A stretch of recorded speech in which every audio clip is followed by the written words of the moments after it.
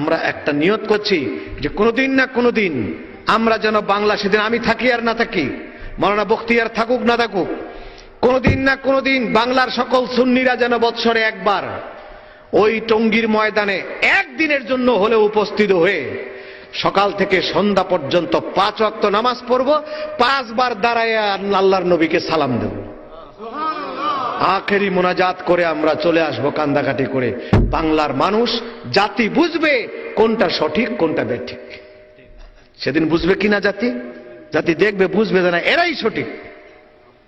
আমরা সেদিন কবে হবে জানি না, যেদিন হবে কবরে থাকলেও শান্তি পাবো। সেই জন্য আমরা একটা সুন্নি ইজতেমার ডাক দিয়েছি।